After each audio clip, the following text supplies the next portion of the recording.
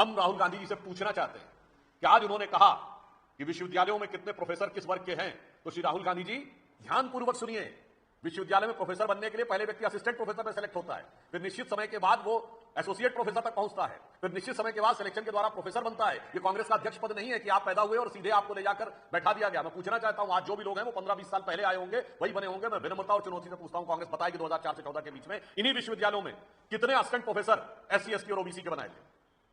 मैं कांग्रेस से पूछना चाहता हूं कि आज हमारे कैबिनेट सेक्रेटरी 1987 बैच के हैं। उस समय कांग्रेस की सरकार नहीं, राजीव गांधी जी की सरकार थी, राहुल गांधी जी आपके पिताश्री की सरकार थी।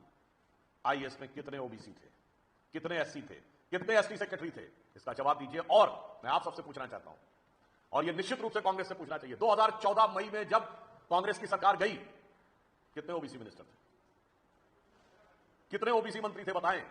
मेरा दावा है कि वो 4 भी नहीं बता सकते, क्योंकि 4 भी नहीं थे। आप उनसे पूछिएगा तो 2 के नाम भी नहीं बता सकते, क्योंकि शायद 2 भी नहीं थे। इसलिए दिखाई पड़ता है कि ये जिस विषय की बात करते हैं, OBC के हक पर डाका डालने का काम कर्नाटक और तेलंगाना की सरकार अल्पसंख्यक समुदाय के लगभग सारे लोगों को पिछड़े वर्ग में शामिल करके करना चाह रही है। पश्चिम बंगाल की सरकार तो हिंदू समाज से ज्यादा मुस्लिम समाज की OBC जातियां दिखाकर उनको OBC में शामिल करना चाह रही है। तो इसलिए मैं साफ बात कहना चाहता हूं, कांग्रेस एक मुखौटा लगाकर खड़ी है। इस मुखौटे के पीछे का असली सच यह है कि बाबा साहब अंबेडकर ने जो पिछड़ों और SC को आरक्षण का अधिकार दिया था, उस इबारते बाबा साहब अंबेडकर को इस मुखौटे की आड़ में ये इमारतें शरिया में तब्दील करना चाह रहे हैं। इसलिए देश को और देश के प्रबुद्ध लोगों को इस विषय पर बहुत सतर्क, सावधान और इस षड्यंत्र के प्रति सचेत रहने की आवश्यकता है।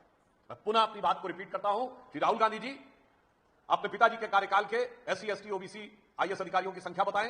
मनमोहन सिंह जी और सोनिया जी के कार्यकाल में 2004 से 9 के बीच में कितने यूनिवर्सिटी में असिस्टेंट प्रोफेसर, एसोसिएट प्रोफेसर थे, उनकी संख्या बताएं। और अब यह बताएं कि मुस्लिम समाज की कितनी जातियों को उन्होंने OBC में इंक्लूड क्यों करवाया है, और इसके द्वारा वो किसके हक के ऊपर डाका डालने का प्रयास कर रहे हैं।